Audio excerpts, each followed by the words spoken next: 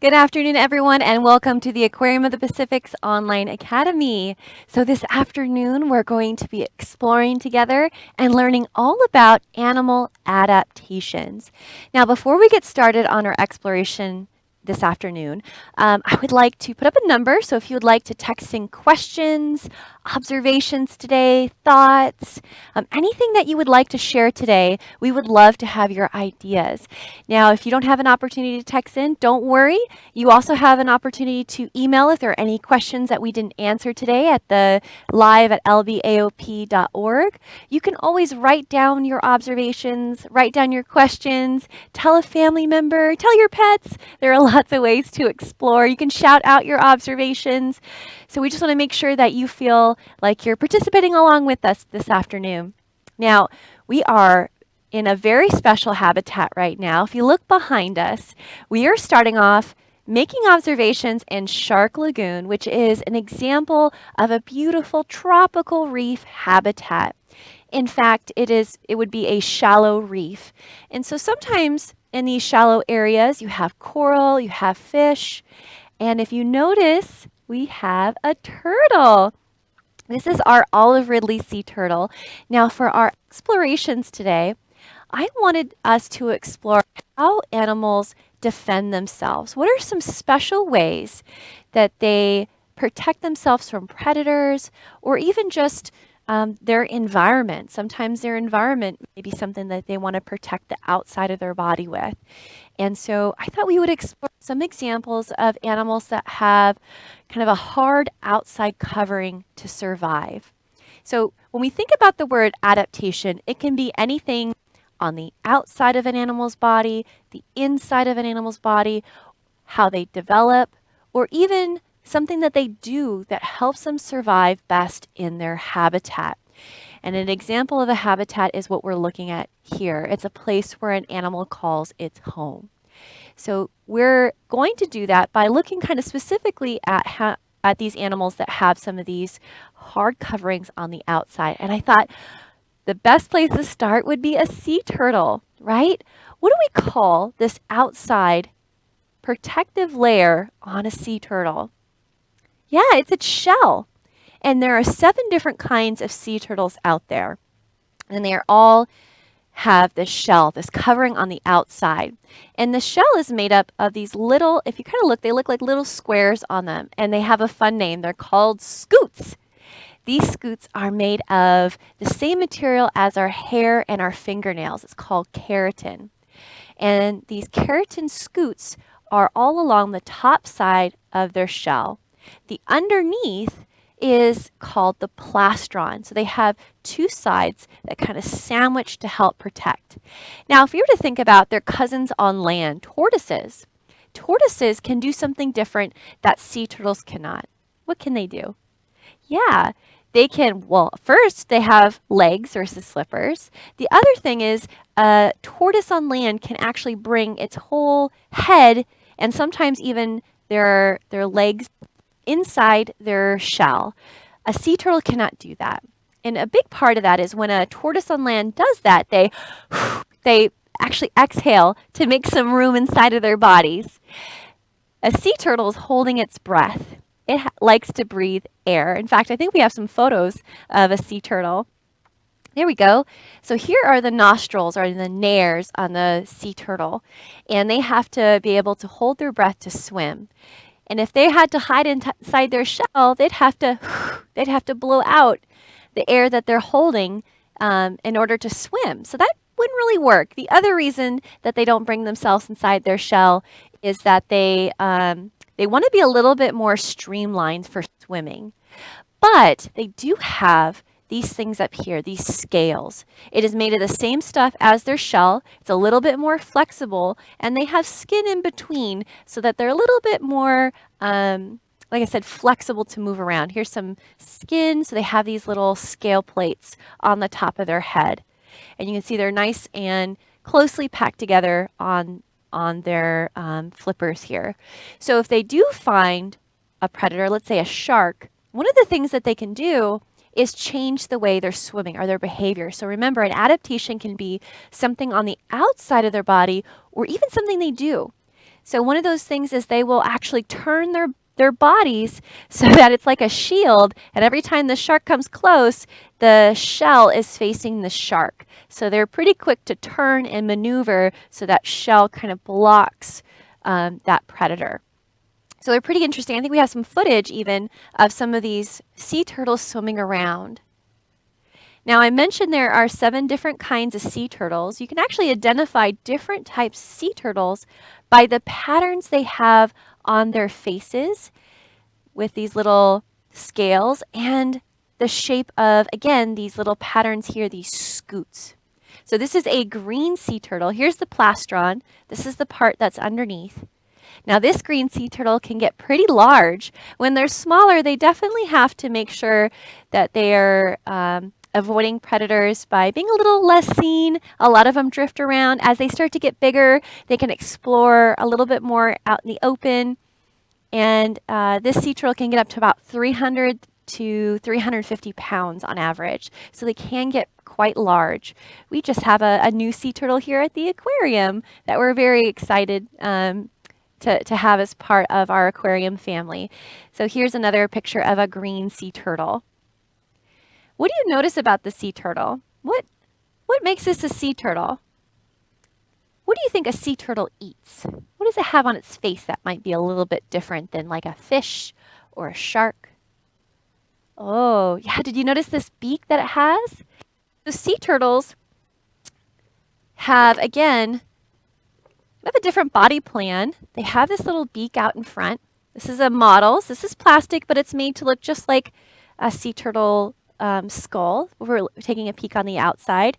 This is their beak, and then from the bone growing out, you'd actually find that keratin. So the same stuff as their shell, so it actually grows out, and as it wears down, they can actually continue to grow little by little, so they have this nice sharp beak. No teeth inside, so they have these nice ridges that allow them to eat kind of a variety of things. Green sea turtles, when they're younger, they'll eat things like little snails and little worms and invertebrates off the bottom. So those animals that have no bones you can find. They'll also eat algae and seagrasses, and as they become older, they're mostly going to be eating things like seagrass and algae, but they have this nice beak on them. So an adaptation can also be used to eat. It can be something that allows you to find your food or even chew up your food. Those are all special characteristics on their bodies. All right, so we've just explored sea turtles. Let's explore another animal that has a hard part on the outside of its body. Can you think of an animal? So I'm going to show you the animal I was thinking of, but if you want to share your thoughts as we're exploring, what other animals can you think of that have hard parts to their bodies that might be used for protection? Another thing you can share, what about your favorite ocean animal? Can you think of an ocean animal and maybe an adaptation your ocean animal has? Yeah, again, you don't have to text in. You can shout it out loud. You can write it down. You can share with a family member, however you would like to participate. If you do want to text in, our number is right down here.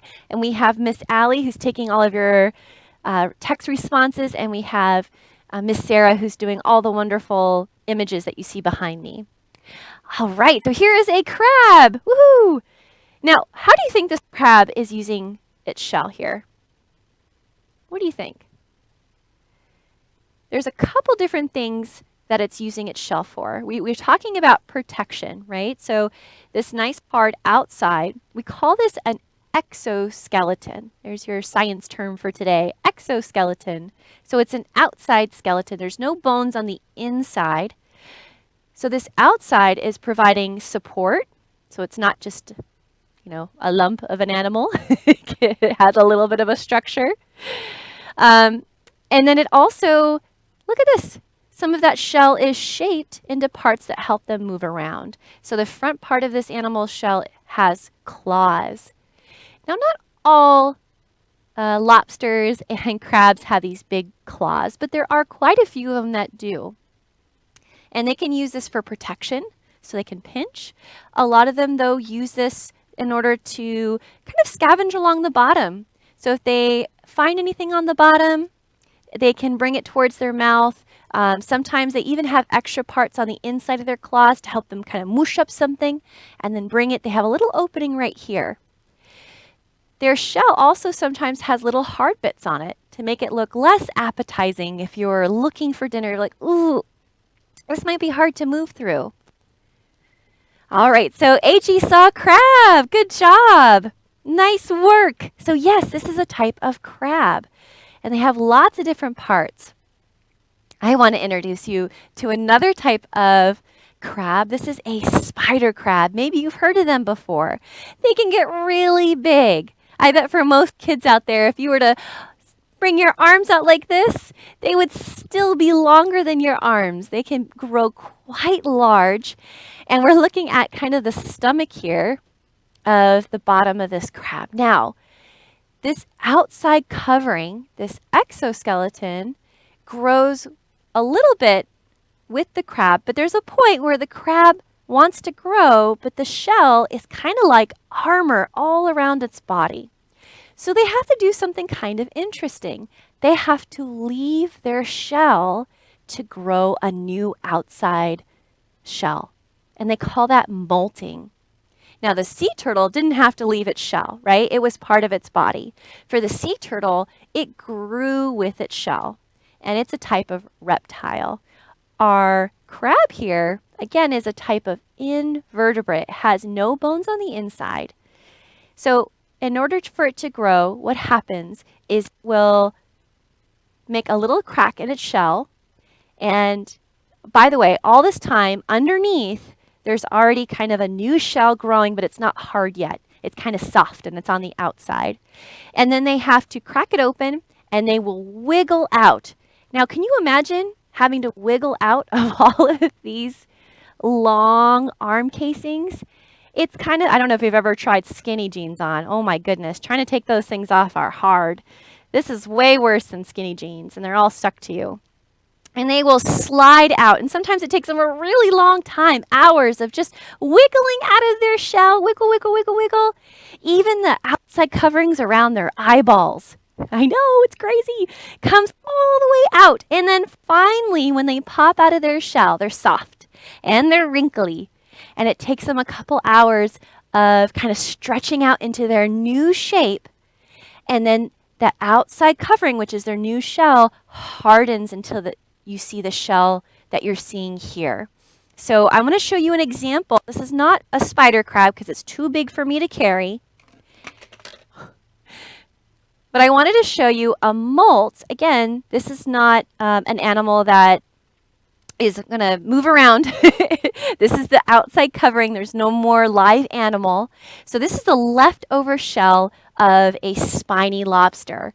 So a cousin to a giant spider crab, because they're both part of this group of crustaceans, as we call it, these crazy crustaceans.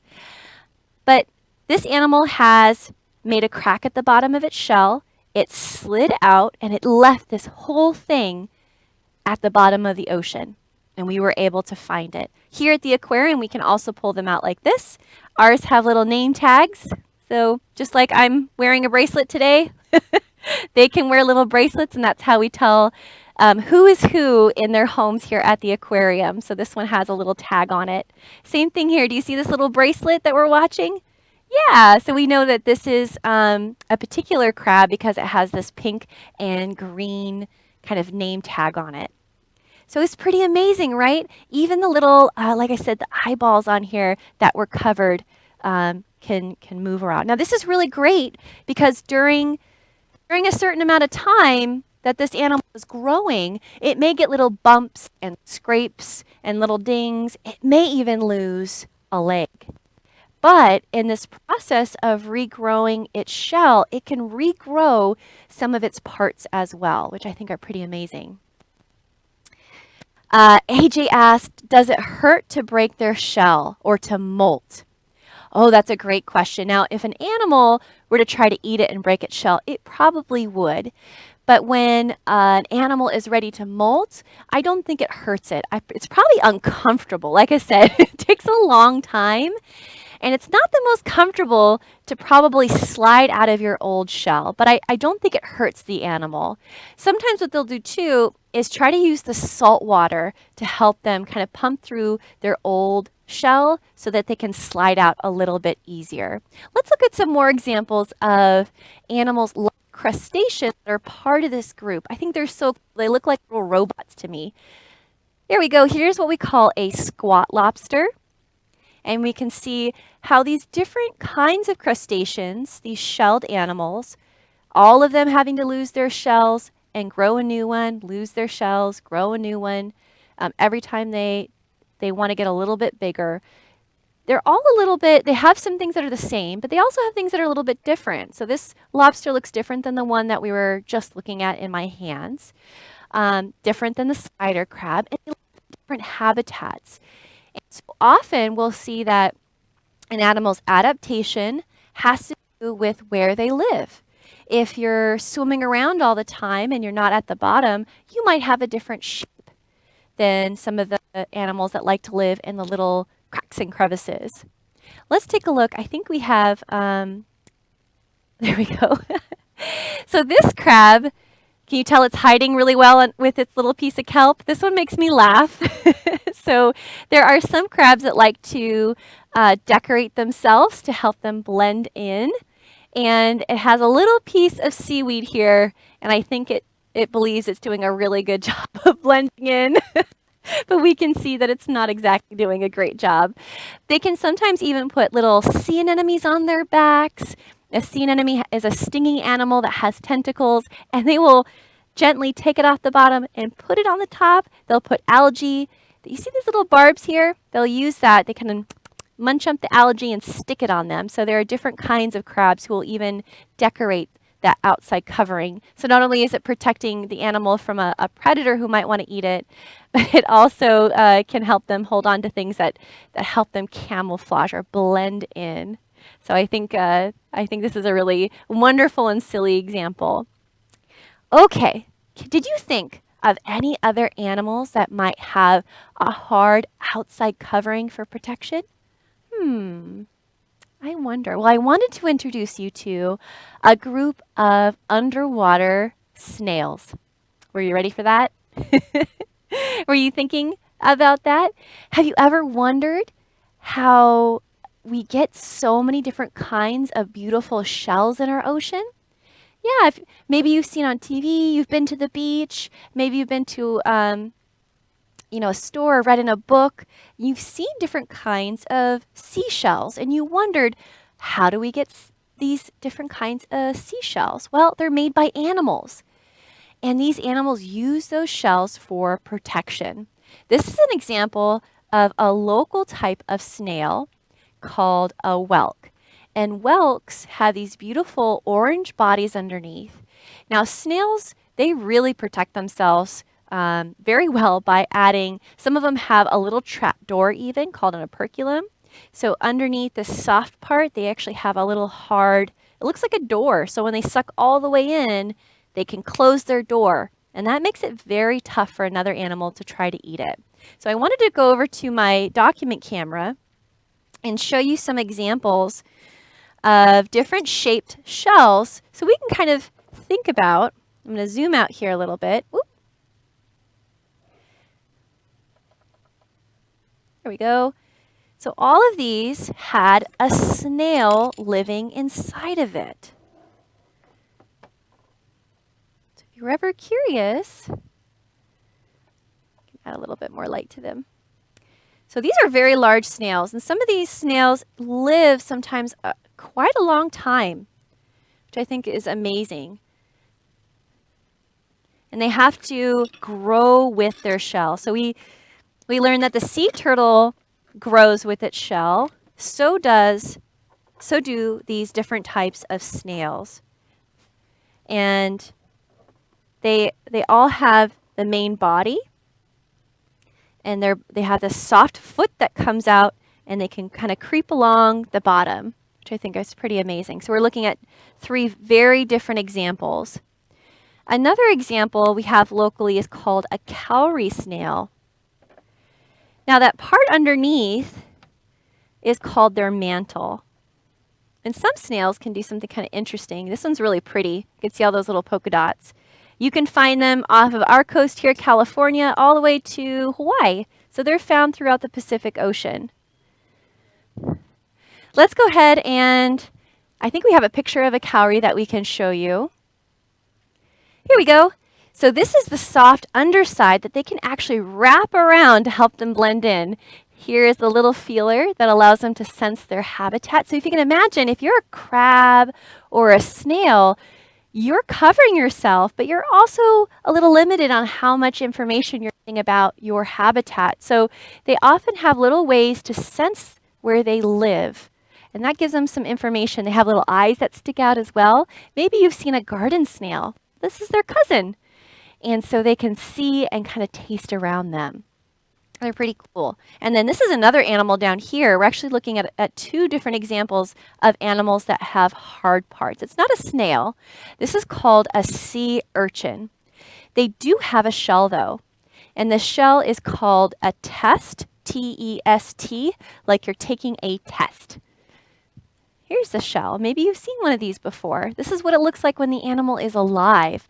They have all of these little bumps and ridge lines, and that's where their spines go. This is a pretty good defense. Would you want to eat this animal? Probably not. Are there animals that do eat a sea urchin? Yes. If you think you know what animal loves to eat a sea urchin, then maybe you can text in. I'll give you a few moments to think about it. I'm going to tell you a little bit more about the sea urchin. So the sea urchin has these little lines down. Now, they're not related directly to the snails. They're actually related to sea stars and sand dollars, sea cucumbers, because they have little feet that stick all the way out and can help them stick to rocks and their habitat. But they do use this shell and those spikes. These spikes, by the way, if they were to fall off, similar to kind of like the crustacean group, they can regrow some of those spikes. Oh, thank you, Miss Sarah. This is an excellent example of their tube feet. So these are little feet that stick out. Help them sense the world around them. They can stick onto things. They can even move their favorite food, which is seaweed or kelp, all the way underneath where their little tiny mouths are. Oh, I think we have a guess. AJ says that otters love to eat sea urchins. You are right. So although we've been talking about animals that have hard coverings around their bodies to protect them, that defends them against many animals. But there are animals that are pretty sneaky. They have their own adaptations, their own ways to find food, like the sea otter. Now, how would a sea otter, look at that adorable face, how would they eat a prickly meal like a sea urchin? Any guesses? Well, I'll tell you that a sea otter is very smart, and they also have pockets. Yeah. Do you have pockets? Yeah, my pants have pockets, but their pants are located somewhere different. You ready? Go ahead and take your hands like this. Turn them around. Tickle. Yep, right in your armpits. They have pockets in their armpits, and they can keep their favorite tools there. So they might pick up a rock or a shell. They can put it in their armpits, their little pockets. They swim up to the top with their urchin. They'll lay the shell down. They'll put the urchin. They get a rock or some other hard tool, and they crack it open. Smart, right? If you had to eat something that was that prickly, and they'll eat the insides. They can even eat things like crabs and lobsters. So watch out, little crustaceans and sea otters, or the sea urchins. They have a voracious appetite, so they love to eat those shelled animals. A lot of people ask if they eat fish, but actually they love the things that we've been talking about. Not sea turtles, but the other ones. Okay, so we were looking at snails. In fact, one of the favorite menu items for a sea otter is a type of snail called an abalone. Okay, I know this one's a little hard to find. They do a good job not only using their shells for protection, but they can also use their shells to blend in. Did you find the animals in here? I know it's kind of hard to see them. This right here is called an abalone. And I'm going to grab the shell of the abalone so that you can see what it looks like. You might recognize it more for the underside. Yeah, look how beautiful that is. So they have these nice smooth texture on the inside, and they are a little bit more bumpy on the outside. This is like a flattened out snail. And they're really important off of our coasts. So animals like the sea otters and other predators really love to eat these abalone. And we've actually had abalone fished almost to, some of these species almost to extinction. And what I mean is people, believe it or not, also eat abalone. And we took so many out of our oceans at one time that there was almost, we almost lost a whole type of abalone. Here at the aquarium, we're actually growing little abalone and hoping to release them back out in the ocean. And that really helps all of the animals that live in that same habitat. So we have little tiny baby abalone growing behind our scenes. They're very cute. So you may not have thought about snails as being adorable, but I hope that we've convinced you that they're pretty cute. So let's see, we've talked about snails. Now, related to that group of animals called snails are another group called cephalopods.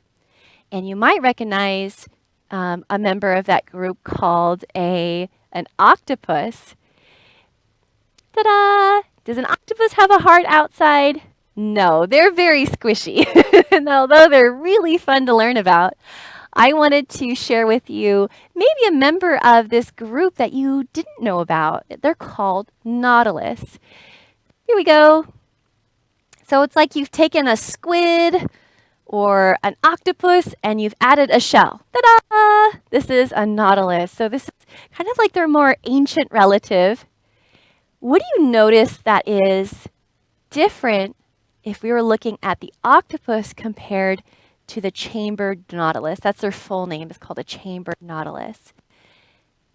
So besides the shell, is there anything else that's a little different? Maybe we'll go back one more time to that octopus picture. Ta-da! How many arms does an octopus have? Yeah, 8. And they have these things underneath, suction cups, right? But if we go back to our nautilus, they're a bit different. They can have these little things here that stick out are called cirri, and they can have around 90 of them. Now, I said before, they're kind of like their more ancient relatives. They've been around millions of years, and they really haven't changed their body plan too much. They have these little sticky tentacles that come out. Again, they're called cirri. And you know what? They mainly hunt things that have kind of already died. They've sunk to the bottom. They scavenge along the bottom. There is a role for every animal, and some animals eat other dead animals. This is one of those. Their eyes are a little bit different. They actually don't see as well as an octopus does. They do have some pattern on them for camouflaging, but because they're in their shell, they don't really change colors the same ways as an octopus would. This thing right here that covers their face, this thing is called its hood. But they do swim somewhat similarly, whereas they will suck in water, and they have this little tube that sticks out called a siphon, and they will squeeze it and go whoosh, whoosh, whoosh. So they can move kind of through the water. They're because they have this shell, and they're really fun to watch. They're not as, they can be fast, but they're not as fast as maybe like an octopus or a squid. Now, to help them float, what's really cool is not only does the shell protect them, but the shell has, this is what the inside, if we were to cut one in half, the shell left over, they have these little spaces that they can fill with air. And if you kind of remember, I don't know if when you learned to swim, did you ever wear those little floaties that helped you float? Kind of the same thing. They have little pockets where they can fill with air, and it helps them kind of bob along in the water. So what we're not seeing is all of those little pockets of water. All right, we have some observations and questions coming in. AJ asks, what are the holes in the abalone shell for? Oh, I'm so glad that you asked that. So Remember how earlier we were saying that sometimes it's hard for an animal if you're covered in like armor to sense your environment, right? So they have little tentacles that they can stick out of some of those little holes, and some of those holes are actually used to expel waste. So if they want to get rid of something in their body, it will leave those holes. So they have those little dots on them. So waste, there's tentacles, and I believe when they spawn, so that means when they release like their eggs into the water, they will use the opportunity to have a little space in their shell. They don't want a big gap, right? Because then a predator can maybe use that to get in. So if a predator does come, they can use that big sticky foot, which we call here, to stick on and hold down really tight. But then they still have these little spaces here for them to kind of sense their environment. And do Nautilus have suction cups? Oh, great question, AJ. So as we were saying, because they're a little different than some of the other members of this group, they do not have suction cups. The cirri are sticky, kind of like, I don't know if you've ever played with a little sticky hand toy that helps them grab and move food to their beak. They have a little beak that they munch on, but they do not have suction cups. Those are some great questions. Well, we have really learned about a huge variety of animals, from reptiles to invertebrates. We even talked a tiny bit about sea otters, even though they don't have any shells. They are part of that story. Looks like the sea turtle is exactly where we left the sea turtle. Yep. You know, I don't blame the sea turtle. After my lunch, I kind of wanted to do what the sea turtle was doing.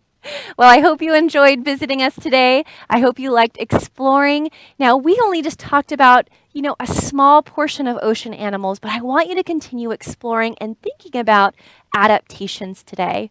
Thank you so much for joining us. We have one more program at 2 o'clock, and we have programs throughout the rest of the week. Thank you, everyone.